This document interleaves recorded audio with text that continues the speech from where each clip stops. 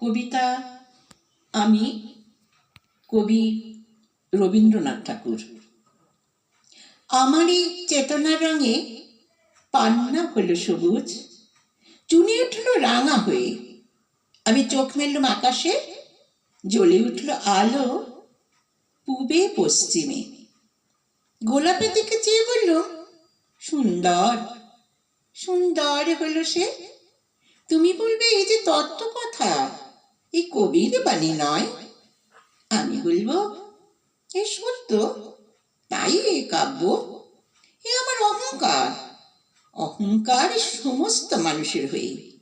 মানুষের অহংকার পটেই বিশ্বকর্মা, বিশ্বশিল্প।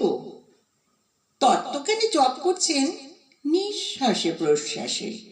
না না না, না পান্না, না চুনি, না আলো, না গোলাপ, না আমি, না তুমি। ওদিকে অসীম যিনি, তিনি স্বয়ং করেছেন সাধনা মানুষের সীমানায়, তাকেই বলে আমি। সেই আমির গহনে আলো আঁধারের ঘটল সঙ্গম। দেখা দিল রূপ, জেগে উঠল রস। না কখন ফুটে উঠে হলো হা, মায়ার মন্ত্রে, রেখায় রঙে, সুখে দুঃখে। একে বলো না তত্ত্ব, আমার মন হয়েছে পুলকিত। বিশ্ব আমির রচনার আসরে হাতে নিয়ে তুলি, পাত্রে নিয়ে রং।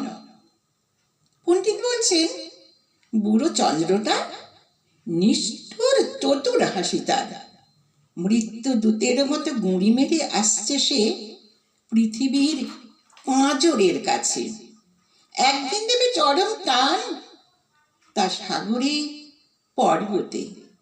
মর্তলেকে মহাকালীর নূতন খাতায় পাতা জুড়ে নামবে একটা শূন্য, গিলে ফেলবে দিন রাতের জমা খরচ।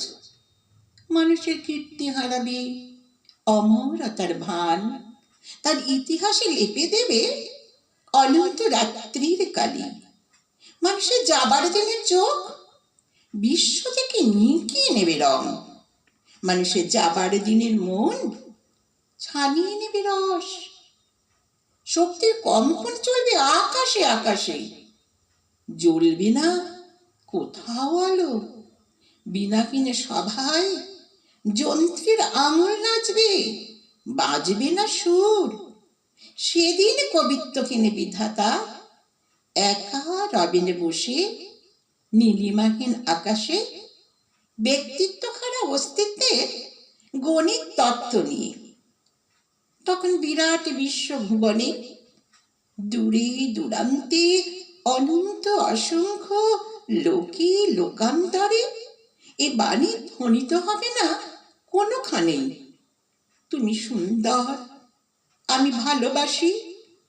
বিধাতাকে আবার বসবেন সাধনা করতে, যুগ যুগান্তর ধরে। প্রলয় সন্ধ্যায় জপ করবেন, কথা কও কথা কও, বলবেন বলো তুমি সুন্দর, বলবেন বলো আমি ভালোবাসি।